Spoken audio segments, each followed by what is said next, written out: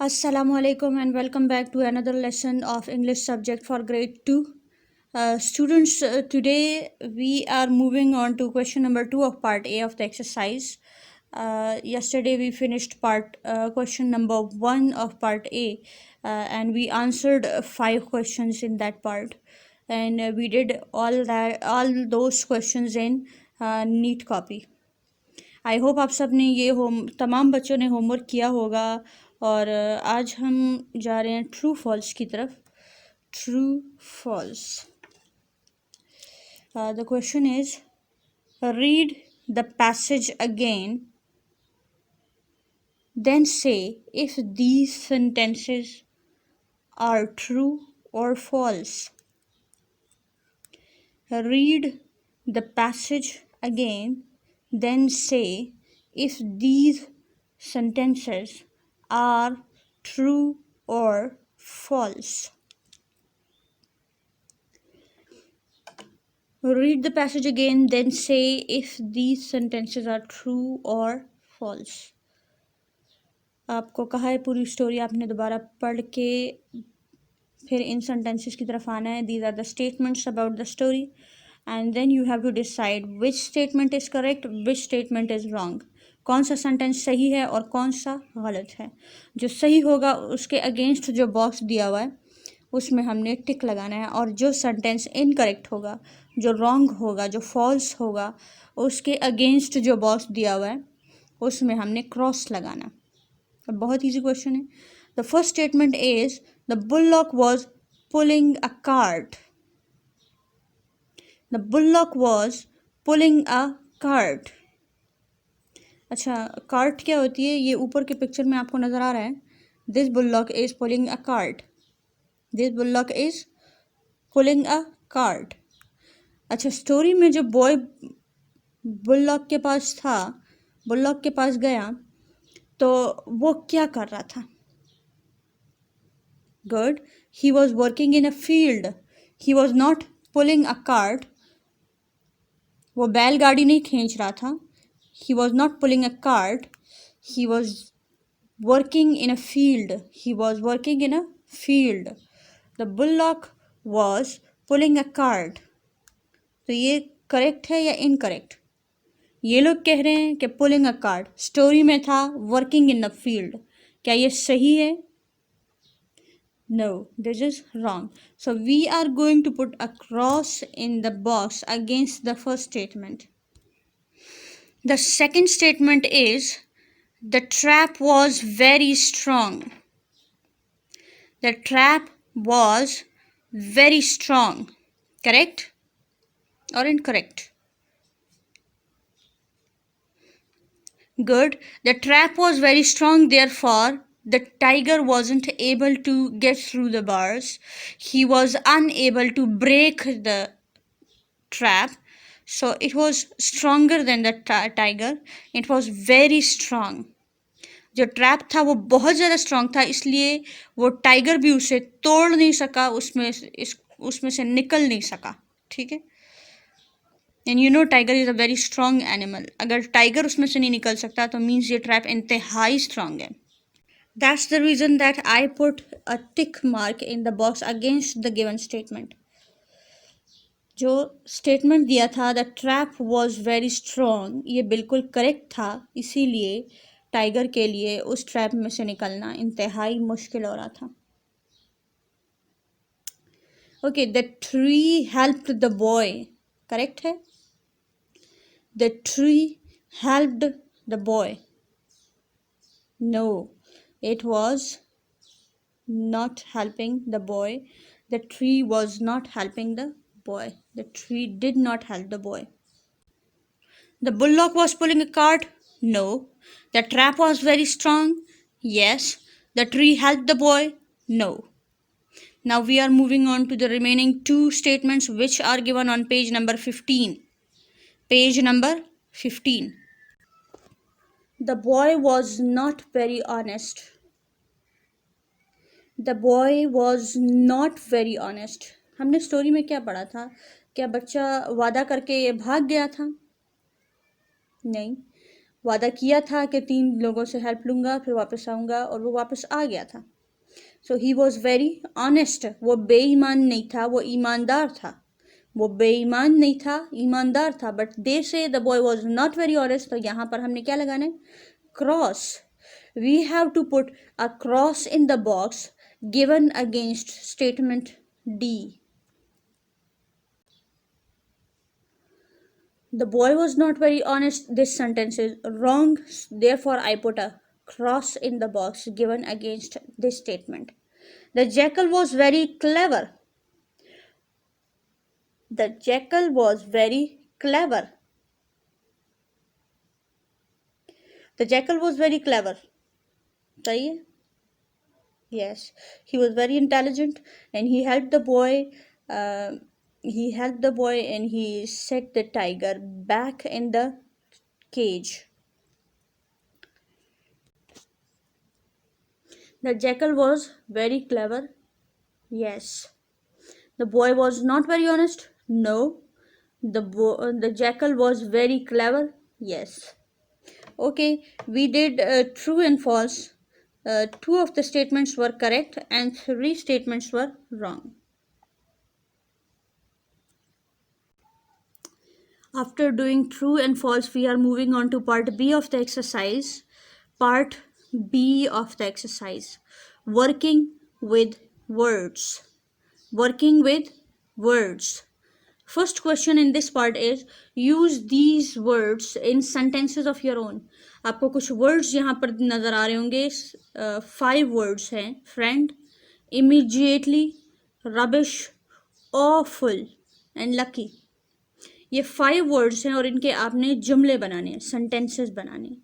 ठीक है, एक पूरा सेंटेंस लिखेंगे और उसमें इस वर्ड का होना ज़रूरी है. ठीक है, तो इसको हम नीट कॉपी पे करेंगे और नीट कॉपी पे किस तरीके से करना है ये भी मैं आपको बताऊंगी. ठीक है, सबसे पहले तो आपके पेज पे एक मार्जिन लाइन होनी चाहिए. अपर मोस्ट लाइन पर HW इंग्लिश और डेट. फिर यूनिट नंबर हम बार बार नहीं लिखेंगे, सिर्फ यूनिट नेम लिख लेंगे यहाँ पर. और एक्सरसाइज का पार्ट बी कर रहे हैं तो वो लिख लेते हैं. ठीक है, question number 1 of part B is use these words in sentences of your own. अच्छा, यहाँ पर जो कुछ वर्ड्स मैंने आपकी बुक पे देखे, तो कुछ वर्ड्स जो थे वो बहुत छोटे थे और कुछ बड़े थे जिनके हमने सेंटेंसेस बनाने. तो हम जो बड़े वर्ड्स हैं उनके हिसाब से यहाँ पर स्पेस रखेंगे. जब स्केल आप यहाँ पर रख रहे हो और यहाँ पर ड्रॉ करने लगो, तो एक तो जब बहुत छोटे वर्ड्स हो तो हम यहाँ पर स्केल रखते हैं, इस पिंक मार्जिन लाइन के पास बिल्कुल टच रखते हैं और इसकी दूसरी साइड को लाइन ड्रॉ कर लेते हैं. लेकिन हमारे पास यहाँ पर कुछ वर्ड्स जो हैं वो थोड़े से बड़े हैं, तो हम थोड़ा सा ज़्यादा स्पेस देंगे, क्योंकि अगर हम यहाँ लाइन ड्रॉ करते हैं तो फिर उसी लाइन की लिमिट के अंदर अंदर लिखना होता है. तो आई थिंक इतना स्पेस काफ़ी है, इससे ज़्यादा स्पेस नहीं देना. तो इस साइड को आपने लाइन अभी ड्रॉ करनी है, जो कुछ इस तरह नज़र आएगी. आपको नज़र आ रहा होगा कि आपने इतना गैप देना है कि उसमें आपका जो लॉन्ग वर्ड है वो भी पूरा आ सके. ठीक है, इमीडिएटली एक बहुत बड़ा वर्ड है. रबिश है जो कि थोड़ा लॉन्ग वर्ड है. बाकी वर्ड्स तो छोटे हैं, फ्रेंड और ऑफुल और ये वर्ड्स छोटे हैं, ये तो कम स्पेस में भी आ जाएंगे. लेकिन इमीडिएटली के लिए आपको जगह ज़्यादा चाहिए होगी, तो कुछ इतने गैप पे आप लाइन ड्रॉ करें कि आपको लाइन के ऊपर ना लिखना पड़े फिर. ठीक है, सो यहाँ पर अब हेडिंग देंगे वर्ड्स एक साइड को और सेंटेंसेस दूसरे side. The first word is friend. Friend. अच्छा, यहाँ पर जो आप सेंटेंस बना सकते हो बहुत ईजी कि अली इज़ माई फ्रेंड, या फिर कोई भी अपने फ्रेंड का नाम लिख के आप लिख सकते हो. जब मैं अक्सर जो 2 क्लास के बच्चों के लिए जो मेरी सजेशन होती है कि वो कोई ऐसा नेम लिखे जिसके स्पेलिंग उनके लिए ईजी हो, याद रखना ईजी हो. तो कोई भी ऐसा छोटा सा नेम वो यहाँ पर लिख सकते हैं. जैसे अली है, आसिफ है, लड़कियों में आलिया नेम है. तो ये नेम्स बहुत ईजी होते हैं लिखने में. तो यहाँ पर मैं भी अब एक इंतहाई इजी नेम के साथ ये सेंटेंस लिख रही हूँ ताकि आपके लिए भी आसानी हो. लेकिन ज़रूरी नहीं है कि मैंने जो नेम लिखा है वही बस पत्थर की लकीर बन गया. आपकी मर्ज़ी, आप अपने फ्रेंड का नाम लिख कर भी ये सेंटेंस बना सकते हो. Asif is my friend. Asif is my friend. The next word is immediately. Immediately. Immediately का मतलब फौरन, at once. Okay, at once.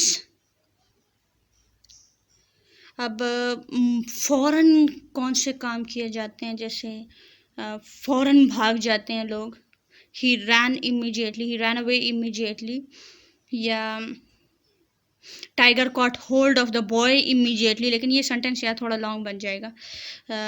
Tiger cot hold of the boy. Ali answered immediately, Ali ने क्वेश्चन का आंसर बहुत जल्दी दे दिया, फ़ौरन दे दिया. मतलब जिसको कोई आंसर आता होता है तो वो फ़ौरन उसका आंसर बता देता है. तो Ali answered the question immediately. यहाँ पर मैं कहती हूँ जो फर्स्ट सेंटेंस था हमारे माइंड में वही लिख लेते हैं. He ran away immediately. He ran away immediately. He ran away immediately.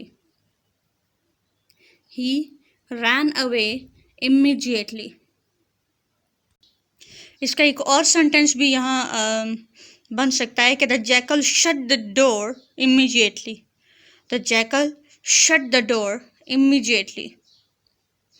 The jackal shut the door immediately.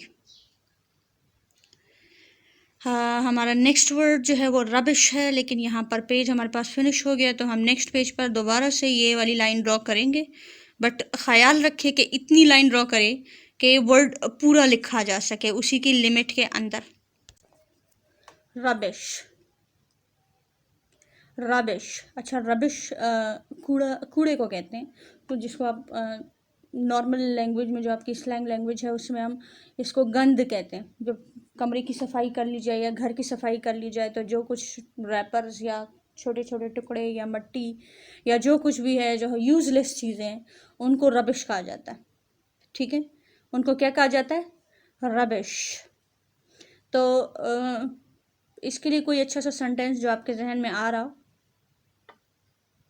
Throw the rubbish into the dustbin. Throw the rubbish. Throw the rubbish into the dustbin. Throw the rubbish into the dustbin. Throw the rubbish into the dustbin. Throw the rubbish into the dustbin. Throw the rubbish मतलब जो गंद हो, जो फालतू चीज़ें हों, जो बेकार का रैपर्स वगैरह होते हैं, उनको डस्टबिन में फेंकना चाहिए. उनको कहाँ फेंकना चाहिए?